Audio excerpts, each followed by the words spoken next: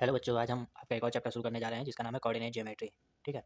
इस चैप्टर को जानने से पहले मेरा एक प्रश्न है आपके लिए। प्रश्न ऐसा है कि आपने कभी सोचा है कि आपके जो घर होते हैं, जो आपके पापा, चाचा या फिर दादा या फिर गाँव के जितने भी आदमी रहते हैं, सबके घर होंगे। उन घरों का कोई ना कोई नंबर होगा। ठीक है।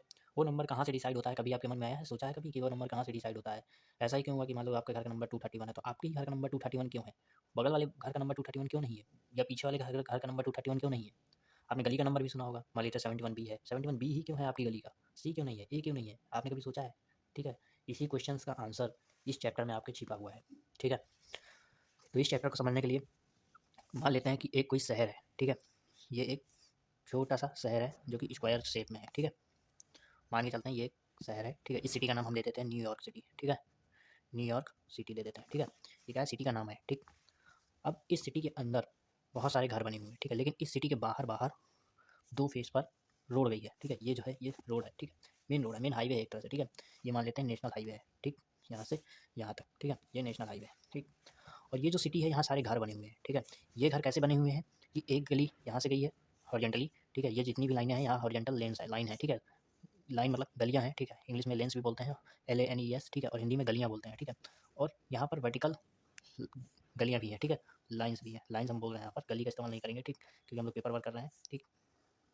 ये क्या है, ये वर्टिकल गलियाँ गई हैं और ये हॉरिजॉन्टल गलियाँ गई हैं। और ये जो है ये सिटी की मेन लाइन है। ठीक है। इस सिटी को ऐसे डिजाइन किया गया है कि जो मेन गली है, जो मेन रोड है, वो बिल्कुल कॉर्नर पर है, और जो पतली पतली जो उसकी सब डिस्ट्रीब्यूशन है, ठीक है, वो हॉरिजॉन्टली ऐसे गई है, वर्टिकली ऐसे गई है। ठीक है। और ये जो एक स्क्वायर दिखा रहा है, ये किसी एक आदमी का घर या मकान या कुछ एक तरह से फील्ड दिखा रहा है। ठीक है। और इस फील्ड का मान लेते हैं ये एक फील्ड है। ठीक है। इस फील्ड को हम जानेंगे किससे, इस पॉइंट से। ठीक है। इस पॉइंट का जो भी नंबर होगा, इस फील्ड का क्या होगा, वो नाम होगा। ठीक।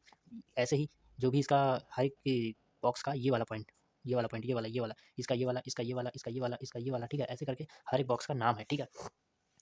अब इतना आपको समझ में आया हो तो मैं आगे कंटिन्यू करता हूँ। ठीक है। मान लेते हैं कि एक सुरेश नाम का बंदा है। ठीक है। सुरेश नाम का बंदा है, वो इस घर में रहता है। ठीक है। इस घर में रहता है। ठीक है। अब उसका एक दोस्त आया, ये सुरेश था। ठीक है। मैं लिख दे रहा हूँ सुरेश। ठीक है। उसका एक दोस्त आया, निशांत। ठीक है। वो इस शहर में नया है। ठीक है। वो क्या आया, वो आया इस चौराहे पर, उसको टेम्पो वाले ने उतार दिया। ठीक। अब उसने अपने दोस्त को फ़ोन लगाया, बोला कि भाई अब मैं कैसे आऊँ? ठीक है।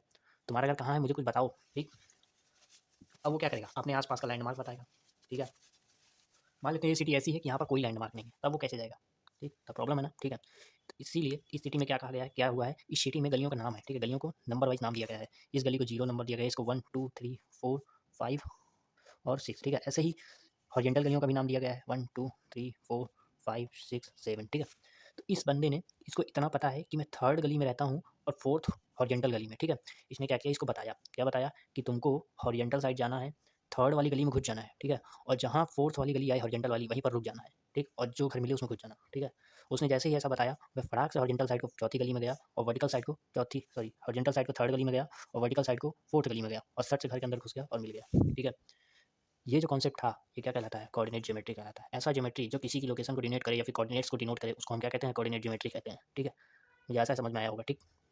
अब एक पल को मानिए, ये नेशनल हाईवे ना होकर के क्या है, ये हमारी एक्स एक्सिस है। ठीक है। एक्स एक्सिस मतलब जब भी हम कोऑर्डिनेट ज्योमेट्री की बात करते हैं, किसी की लोकेशन दिखाने के लिए बात करते हैं, वहाँ पर दो एक्सिस होती हैं, एक एक्स एक्सिस होती है, एक वाई एक्सिस होती है। ठीक है। एक्स एक्सिस मीन्स जब भी कोई बॉडी हॉरिजेंटली व पैरेलल मूव करता है किसी हॉरिजेंटल लाइन के, तो वो क्या कहलाती है, उस समय हम उसकी लोकेशन हॉरिजेंटल लाइन से ही दिखाते हैं। ठीक है।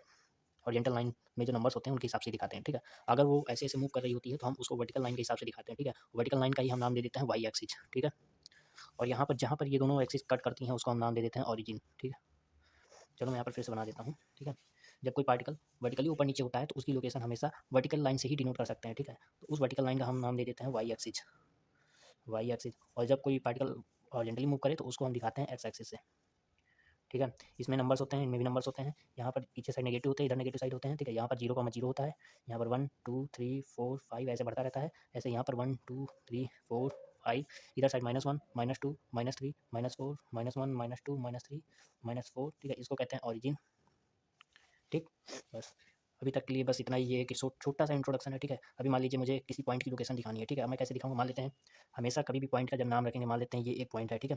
ये पॉइंट है। ठीक है। इस पॉइंट को हम कैसे दिखाएंगे, हमको ये पता है ये पॉइंट यहाँ पर है, लेकिन इसको लिखेंगे कैसे? ठीक है। जब भी कभी आप लिखेंगे, ठीक, मान लेते हैं ये पॉइंट पी है। ठीक। जब भी हम पी पॉइंट को लिखेंगे, कैसे लिखेंगे, ब्रैकेट लिखाएंगे। ठीक है। ब्रैकेट में सबसे पहले एक्स वाली वैल्यू रखेंगे। एक्स एक्सिस क्या है, ये है एक्स एक्सिस में हमेशा एक्स की वैल्यू होती है। ठीक है। तो इस पॉइंट की एक्स वाली वैल्यू क्या है, एक्स वाली वैल्यू है -2, ठीक है, एक्स वाली वैल्यू -2 है, ठीक है। हम क्या लिखेंगे -2, फिर कॉमा लगाएंगे और फिर जो भी इस वाली पॉइंट की वाई वैल्यू होगी वही हम क्या लिखेंगे, बाद में लिखेंगे। तो इस पॉइंट की वाई वाली वैल्यू क्या है, 2 है, ठीक है, तो 2 हो गया, ठीक। इस पी नाम के पॉइंट का लोकेशन क्या हो गया, -2, 2, ठीक।